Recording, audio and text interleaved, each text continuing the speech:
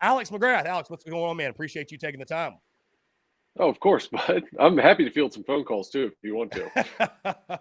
Yeah, I think we should probably let the let the calls ring for now, if you will. Also, it's great to hear from you and there not be any bugs in the background. We had Steven Garcia on yesterday, and of course, he had the technical issues you had at one point yesterday, bro. Yesterday was, I don't know if it was, I mean, the list of hackers at this point, right? You know how, like, I don't know if you know this, Dave Portnoy at Barstool, he gets bottles of champagne and he gets his haters' names engraved in them or what. I'm gonna start doing that for the hackers. You're just gonna see bottles of Dom Perignon in the back, and one of them's gonna have like Marcus Satterfield's name on it, Frank Martin, Mark Kingston, Will Muschamp. Just go down the list of like people that that are on my hacker list, if you will. But we had some crazy technical issues yesterday, so glad to hear from you and it not sound like there's a frog under your desk. So, Okay, I was going to ask, is that what the frog sound was? yeah. Oh, did you see Steven's clip? Did you hear that? Yeah. Yeah, that's what we heard. Yeah. So obviously it's not a you thing. I don't know, man. I just think sometimes technology is great until it isn't, as we all know. And like I was telling people, when you go live every single day, right, there's a lot of opportunity for technology just to mess up. So it is what it is. Absolutely. Just roll with the punches. But anyways, Alex, I appreciate you taking the time, man. It's always a pleasure to hear from you. Uh, First thing, man, how about this? Yours truly heading down to Hilton Head tomorrow. We got our event with Carolina Cigars. Supposed to play golf Thursday. And of course, wouldn't you know it, there's a daggum tropical storm coming in. And That's how it it's has like to it's happen. like 100% chance of rain. So probably won't even get to swing the sticks. And I probably wouldn't want to because I'd imagine we'd be playing beach golf in like 50-mile-an-hour winds or something like crazy like that. And I don't know if that That's would that be which is great for Hilton Head where there's out of bounds on both sides of the fairways. right. Not like hitting the fairways at a premium or anything. No. So yeah, for sure. So anyways, whatever. Is what it is. We're talking Gamecocks. Let's first start, Alex, with that win over Vanderbilt. Ho-hum type performance. The offensive explosion earlier, up 31-14 at half. Sluggish finish to the game. But let's focus first offensively because that's where all eyes were. Going into that ball game, all the pressure was being heaped on Marcus Satterfield. And, I think all things considered, I think it worked, right? Jaheim Bell goes from having 0 targets against Mizzou to 19 touches against Vanderbilt. You look at the way they were able to distribute the football to the playmakers, Josh Van, Antoine Wells, Austin Stogner, to carry on Joyner gets involved as well. And I think obviously Spencer Rattler had his best day as a Gamecock, tossing 3 touchdowns, no picks. What you saw from South Carolina offensively that you think was so much different from what we had seen to that point in the season? I mean, we threw the ball down the field, which was lovely to see. I, it just looked like it was better execution more so than anything else. I don't know if that's like you change the game plan up or that's an opponent issue. It was almost kind of like thinking about it like we reversed halves a little bit where we scored all of our points, came out looking pretty good in that first half, and then second half nothing happened. So, albeit all of this was without Marshawn Lloyd too. Yeah. That's a very good point. No Marshawn Lloyd, and you're still able to get it rolling the way you did.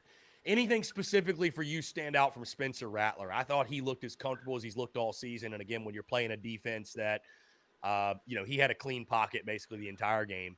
You're playing the worst pass defense in the SEC, right? And I don't say that to take anything away from him, but he was able to take advantage, right? I mean, we kind of knew that if Spencer Rattler was going to have that breakout game, if you will, this was going to be the week. It was going to be like now or never. Right? Like if you can't ball Well, out, yeah. then you don't stand much of a shot. No, absolutely. I guess it almost makes it kind of more disappointing that we didn't see that like against South Carolina State and Charlotte too. Like thinking back on it, where you could have gotten him rolling in those games to build that confidence, build the clean pocket. I mean, hopefully that served as like a confidence building crescendo going into what seems to have become a murderer's row of opponents. Mm-hmm. Although, admittedly, only one of those opponents won this weekend. The Orange Crush, if you will, which is what that portion of the Yes. schedule used to be nicknamed, and obviously it returns this season. Sticking on, though, Alex, the Vandy game, I think one of the interesting narratives that is beginning to arise, I don't even know if it's a narrative, but just something that's kind of coming to the light. And I think it's because of the performance against Vandy. Again, you get the W, win by double digits, but all of the pressure and all of the focus, and deservedly so, right, has been on Marcus Satterfield and the offense's shortcomings.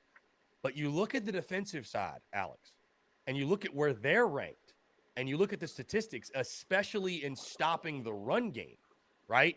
And they have struggled mightily, and you allow Vanderbilt to rush for over 200 yards against you, around like 226 yards or something like that, 454 yards of offense is what Vandy was able to put up. And, right, sometimes you got to chalk it to, hey, that was just the flow of the game. Sometimes it doesn't make a lot of sense, right? But how concerned are you watching that defensive performance when you faced a Vanderbilt offense that was dead last in the SEC in offensive production? And, I mean, they were just going up and down the field on you. It wasn't a great showing by the defense, and especially when they had to put in the more mobile quarterback in the back half of the second half, because we're going to see that in droves this weekend. I don't know how you go from what we did against Kentucky and A&M to this. Mm-hmm. So I don't know. It was somewhat distressing. I saw a great tweet during the game that said, I didn't have, and we've got a shootout in Nashville on my bingo card. Didn't see that coming. Yeah, I said during the game that this was the shootout we were all expecting, right? This was the offensive explosion. No. So. No, not at all. This felt like a 21-10 we get out of there. Oh, yeah. And then you put up 31 in the first quarter. I was like, all right, well, let's see if we can hang 60. You undoubtedly scored more in the first half than I think most fans were expecting you to score the entire game, right? I mean, it's – oh, for sure. Yeah. So, I just, though, Alex, again, it is really interesting, though, is we haven't been giving as much attention to the defensive side, because I think, too, you look – Clayton White, right, what he took over and inherited just was a complete mess, right? I mean, it's crazy to think that Will Muschamp was thought of as this defensive guy, and you could argue defense is why he got fired, right? Because it was just flat out abysmal, right?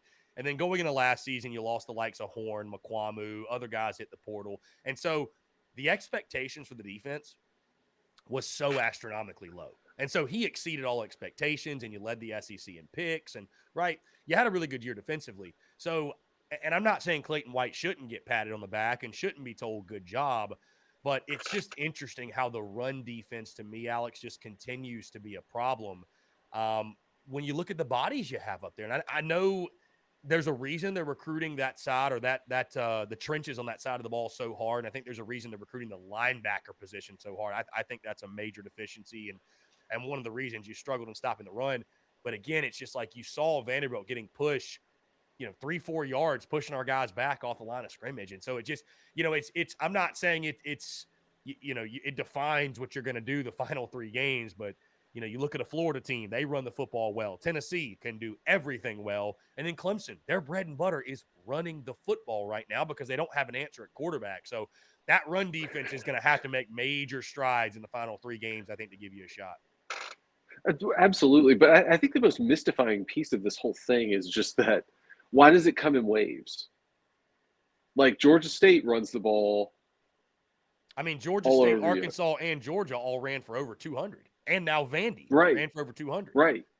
But then, Kentucky, but, you stuff Kentucky, you stuff Texas. Right. So what, how – it kind of goes back to what we've been talking about the whole time, where you get these slow starts on offense. What is that coming from? And I think, to your point, it might be a one-off. Rubik's Cube. Yeah, it might be a one-off. It might be a one-off, but it's hard to watch that, not just be like, Huh. Yeah. Something's not – because like you mentioned, I mean, against Kentucky and A&M, your defensive line took over in those ball games. I mean, they did. It looked like, we talked about it. It looked like the vintage performances from 11, 12, 13, where the defensive lines would just really take over, pin their ears back, be stingy against the run. And I will say this, by the way, and I'll probably mention this again either today or sometime this week, but Torian Gray, what he's done with the secondary, he's worth his weight in gold because, Yeah, I mean, obviously the secondary, I mean, you know this, Alex, the Gamecocks lead the SEC right now in interceptions again with 11. So, I mean, that's unbelievable. they're obviously doing their job. So if you can ever put, those two together and have that run defense to complement it, you're going to really be cooking on the defensive side. And all things considered, you're doing pretty well, but you're really going to be doing well if you can stop that run eventually. Absolutely. And like there's a part of me that wonders if it's just like all emotion and hype, right? It's like, can they get themselves in the mindset to be ready to stuff the run like they did against Kentucky? Like, because those are big games for us, right? Those are, you got the Kentucky streak on the line. You're playing a top 15 opponent on the road. It's like that's easy to get up for. You go back and you play Texas A&M at home, who you've never beaten since they've been in the SEC. You put a pounding on them, and then it's like you go to that. Then we go to the Missouri game, and are you able to like emotionally get up for that? And I don't know how else to explain it, like because it's such a Jekyll and Hyde thing. It's no different than the offense looked last year. It's like we can't we have dead Zeb Noland against Texas A&M, and then you just absolutely throttle Florida the next week, and I don't know how to account for that. I really don't. Like, it's a bizarre thing. But to your point, like, do I think that's something that's going to continue? No, but I don't know how to explain it in the interim.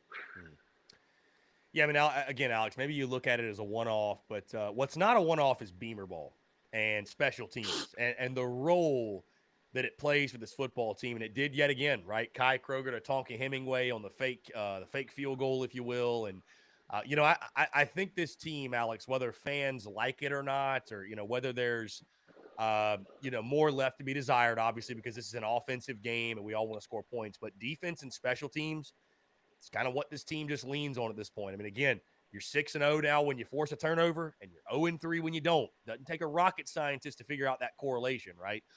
And then again, you look at winning the special teams facet, what Shane Beamer and Pete Limbo are doing, and it's Beamer ball to the moon. It's interesting, Alex.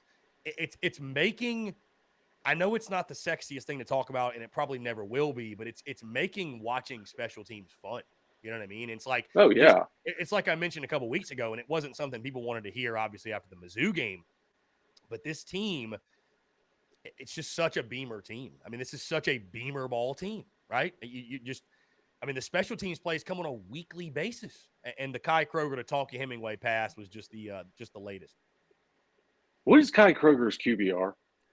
High. Like very high. We need to talk about. We need to get shed some light on this mystery. Yeah, has he missed a pass this year? No, and I tweeted during the game. I said, "Is Kai Kroger the best quarterback on the roster?"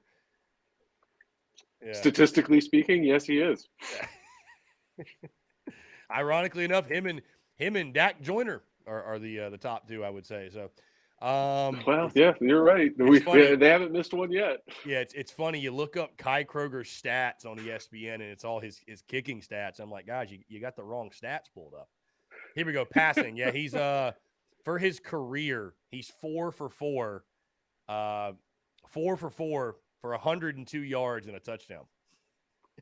Not bad. Bad. I don't know if this RTG at the end is the QB. I don't know if that's QBR. This is rating, but 396.7, whatever it is. I think that's pretty good. So I take it. 4 for 4 for 102 yards. You can make a living. See, now you got me interested. I'm gonna pull up the stats on South Carolina Football's page here. Let's see the overall passing stats. It is wild, dude. And he throws a pretty ball too. I tell you, it's you would not expect the punter / holder to, to be able to really put any touch on it or anything. But I don't know, man. I don't know. He makes it. Yeah, here we go. His I don't know. Anyways, I can't find the QBR, but it's really good. It's really good. So, anyways, it's Beamer ball to the moon, man. I mean, this team has just found their knack for winning that phase of the game, and in an 11-point victory where you win the turnover margin 4-1, and You have that play in special teams. I mean, again, it shows itself yet again. It was a huge play in that game.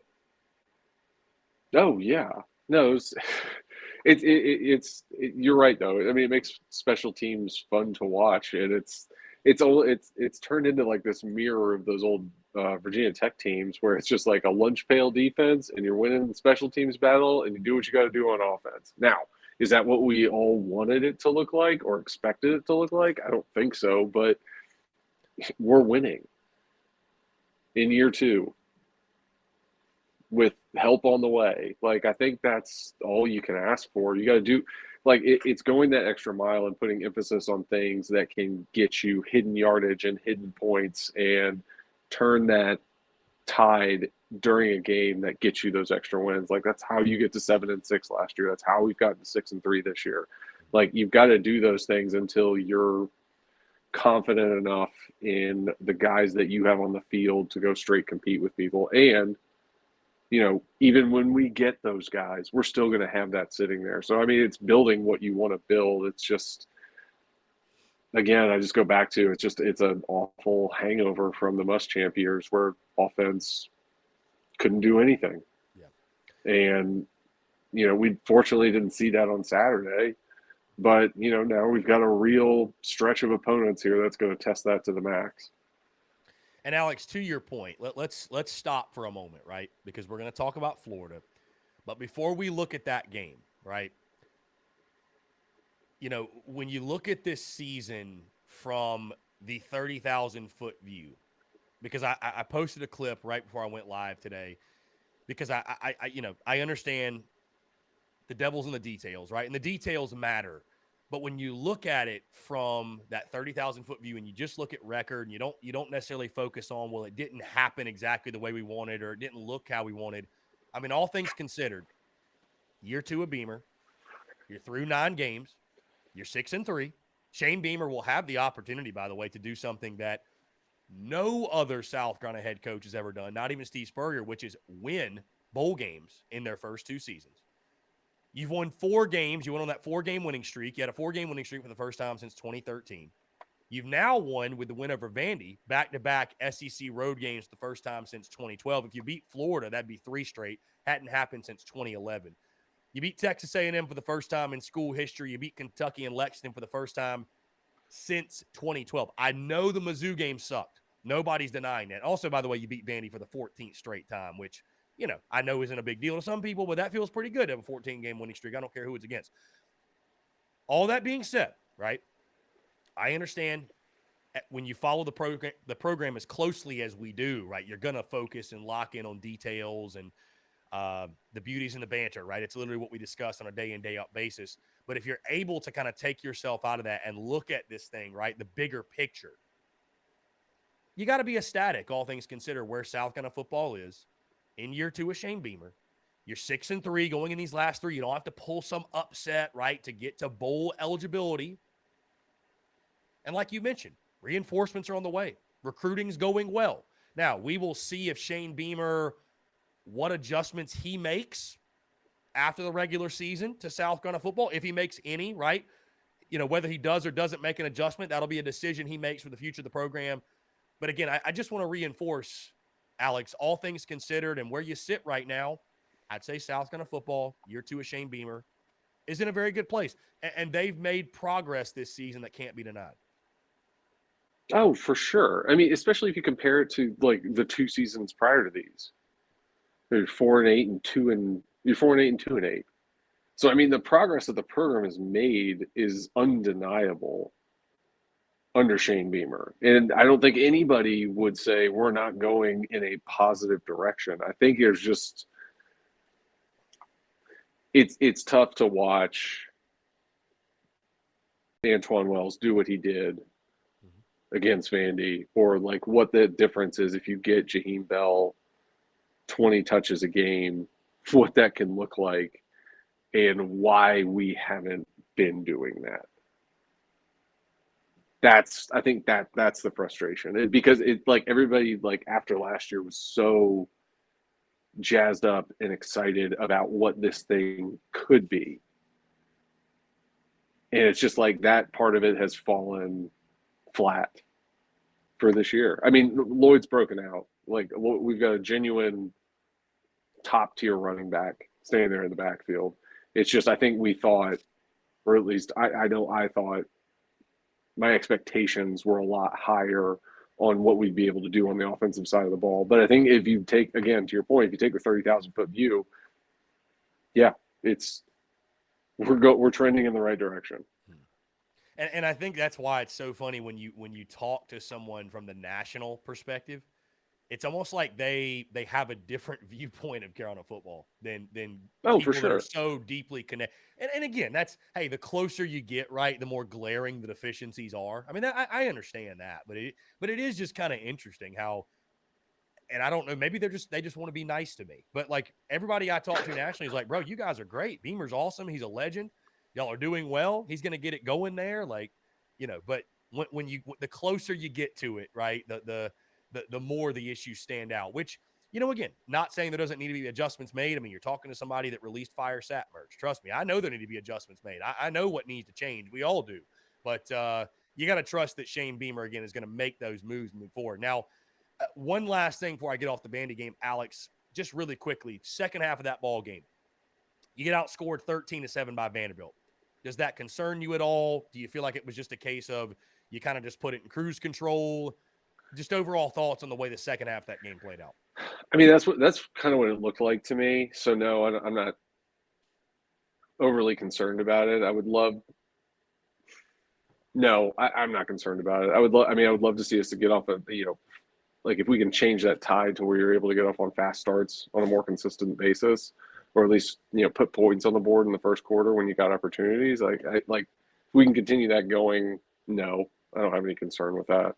To me, it's just like you kind of got up the way you did, and then you start calling a more conservative game plan because you don't want to be giving points away either.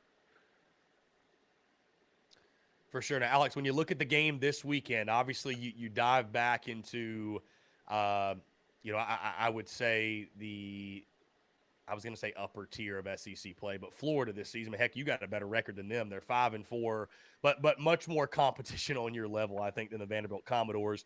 You're going to the Swamp. That's a place you've been, obviously. I mean, you've seen the Swamp literally at its best when you were there in 2006, which, Alex, it's funny, fun side note. I've cried twice watching South Carolina football.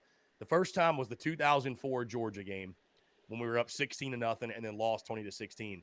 Do you know what, Alex? The second time was the 06 Florida game. And I'll never forgive Jarvis Moss for it. Should have won that ball game. Should have won it. Ryan Suckup, I believe that kick was going right down the middle. And I remember when I talked to Suckup, I talked to Suckup. He's like, dude, I hit a beautiful kick. Boomed it. And which he did a lot. But anyways, that's neither here nor there. And continues to do. You were on the field for that, right? Were you on the field for that kick? Yep. Yeah. I was. Yeah. Just that was I don't know that I've ever watched a South Carolina team play so well and lose, right? I mean, just go toe-to-toe with the number one team in the country. Like, no flinch whatsoever. And, we all know how it played out. But. Yeah. That was, I mean, that's even before you take into consideration they blocked two other kicks prior to that one. Yeah. And that was by far the most dejected locker room I think I've ever been in my career. It was just like it was almost like no one. It was like you couldn't believe it happened. It was so quiet, and everybody just sitting there like, what just happened? And it was a quiet trip home. We'll put it that way. Yeah, no doubt. It was a somber night for sure. But either way, we've had some more fun memories in the Swamp since then. And obviously, you look at this game this weekend, Alex. I think if South Carolina is going to win, it's got to be a shootout. I mean, I just look at both defenses. Both defenses struggle to stop the run, especially. I posted the stat yesterday when Florida runs for 210 plus, they're 5-0. When they don't, they're 0-4. So for Florida, they need to run the football. For us, we need to force turnovers. I think this is a game, though, you got to score at minimum 30 plus. And in first-year head coach, with first-year head coach Billy Napier, which is a name that we know very well from the coaching search that we had They need this win to punch their ticket to 6 wins, and obviously Gators are favored. When you look at this matchup, do you think South Carolina can carry over the offensive success they had against Vandy and exploit, again, a Florida defense that you look at the statistics, not very good. Pretty much everybody has scored on them. So there should be a chance. There really should be an opportunity for South Carolina to keep that positive momentum from the Vandy game going offensively, especially if you get Marshawn Lloyd back for this ballgame.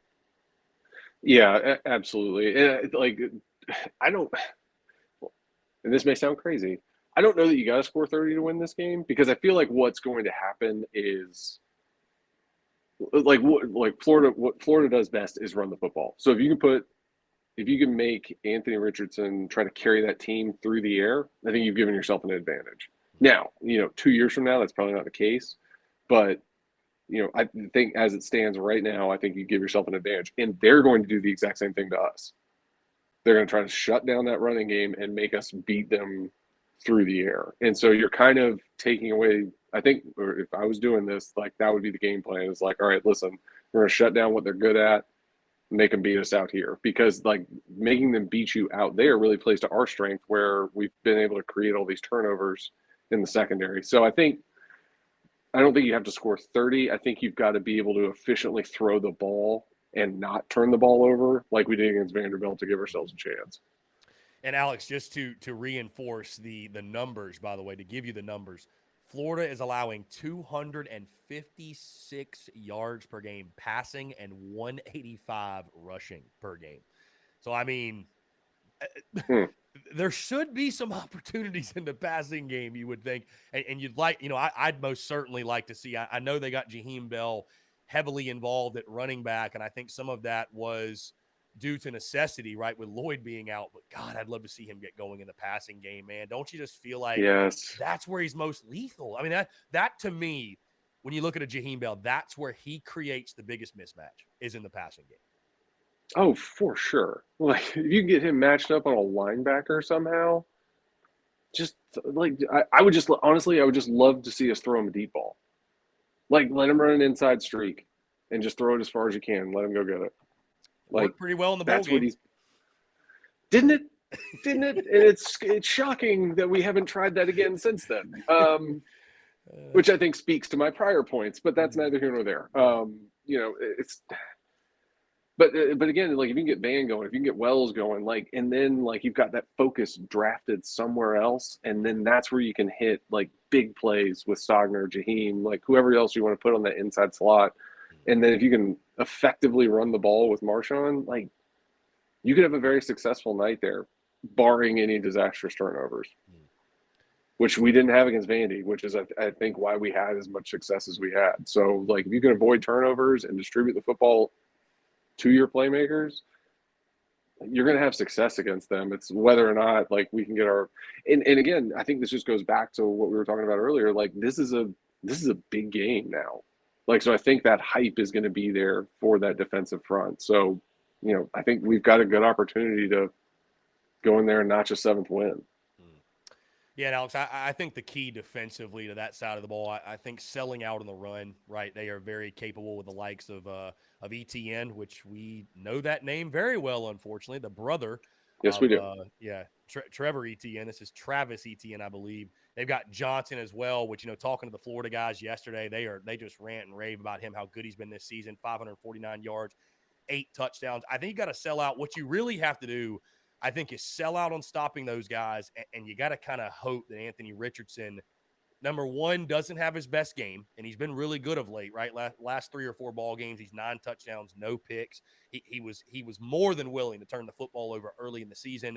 And then also, of course, lean on your secondary, right? They've been so good all year, and, you hope guys like Cam Smith, Darius Rush, Devontae Reed, those guys in the back end, DQ Smith, they're making big plays for you. But, obviously it goes without saying, if Florida's able to go up and down the field running the football, it's going to be a really tough day.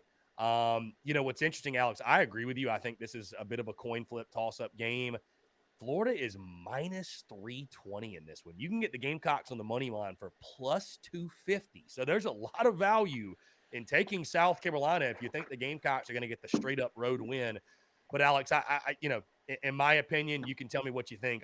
I think this is yet another game that if you do have to win a shootout, I don't think it bodes well for South Carolina. Getting turnovers on defense, opportunistic, and then making a play in special teams, whether that's a kickoff return, a punt return, a fake, what have you. That same recipe for success, if you can apply that here, I do think you could leave Gainesville with the W.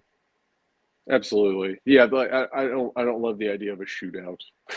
I mean, at all. So anybody that loves the idea of a shootout with Marcus Satterfield behind the wheel, I probably question your sanity a little bit. I mean, just saying. yeah, I don't know. yeah, I don't no, know if Sat even has the word shootout in his vocabulary.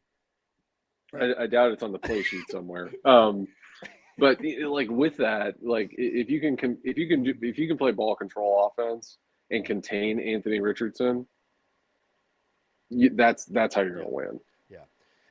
And it's interesting, Alex, with their offense, it's an RPO scheme. So he's got the option to run every play. And so I think stopping that quarterback run, that'll be another big piece of it, man. And I know at times we've been susceptible to that. So the play of the edges, guys like Edmond, Birch, right? The defensive line. I mean, we've got to see that defensive line we saw from the Kentucky and A&M games and sort of have them take over. That happens again. I think you got a real good shot. Yeah, unfortunately, the last two pieces of film we've put out there have shown mobile quarterbacks doing some work. So, indeed, shore it up. Got to shore it up, no doubt. It's crazy to call Brady Cook mobile, which he is, though. I give him credit. He's pretty fast. It's weird.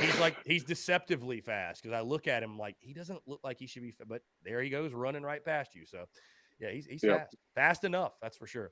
Alex, this has been a pleasure, man. I appreciate you taking the time before I get you out of here again. We mentioned a little bit earlier the 06 Florida game, but just talk about the Swamp, man, what that's like. College football is full of historic venues, and the Swamp is definitely up there with some of the best in college football. It's so funny when I used to play and still do time to time, but used to play NCAA football like religiously when I was a kid, right? And I think the first one I ever got was like NCAA football, I don't know, 04 or something like that. But, when they brought in that crowd noise meter thing, you'd always go to the Swamp, and it was like they would rate toughest places to play. And like, dude, so many years in a row, the Swamp was number one. I mean, it is truly one of the most hostile environments in college football. And again, like I mentioned earlier, you got to experience the Swamp at its best firsthand in 2006. Yeah, no, it's wild how loud it is because like the stadium itself is pretty vertical, where it just like funnels all that noise back down onto the field.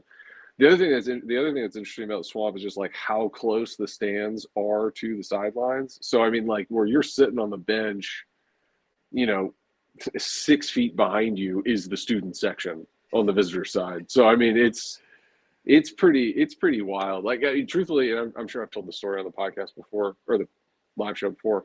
Going down there in 2006 was Spurrier's first time back in the Swamp as an opposing coach. And when we got there Saturday, like right after lunch, and we're all out there in our warm-ups, walking around the field, like just kind of he came over to where we were standing and was like pointing all the different things about the stadium. Like, oh yeah, no, the sun's going to start here. It's going to set over here. This is where, the band's going to be, student sections over here, just kind of like reminiscing about his time in that venue when it was the toughest place to play in America. I would almost say by far. And like that was a neat thing to watch, that be able to like stand there in person with him and hear him go through that. But yeah, it's just it gets a little nuts in there. And Garcia mentioned to Alex that Florida week hit a little bit different for Coach Spurrier. I'd imagine that one, playing them in 05 was one thing, right? You're at Willie B. And I remember specifically in 05 when he said, I didn't look at the other sideline a whole lot. I didn't look across the field a whole lot because it was weird for him. I'd have to think 06 that had to be, because that was just a couple years removed from being Florida's head coach. Like that had to be a pretty insane. Like I'd love to get him to sit down one day and talk about it. I'd love to hear for him, like his personal, because that just had to be a wild experience for him. Especially for the game to have ended the way it ended. Yeah. And then to see fans wearing shirts that says Spurrier is a cock on it. I mean, I just, those were great. Another layer. It did, and everybody got to enjoy that. Florida fans, Georgia fans, everybody got to enjoy the Spurrier as a cock merchandise. So, Yeah, anyways, mostly. I would imagine it was mostly UT and Georgia fans, though. yeah, they were like, I finally get to put on a shirt what I've been saying for 15 years about this guy. Yeah, exactly.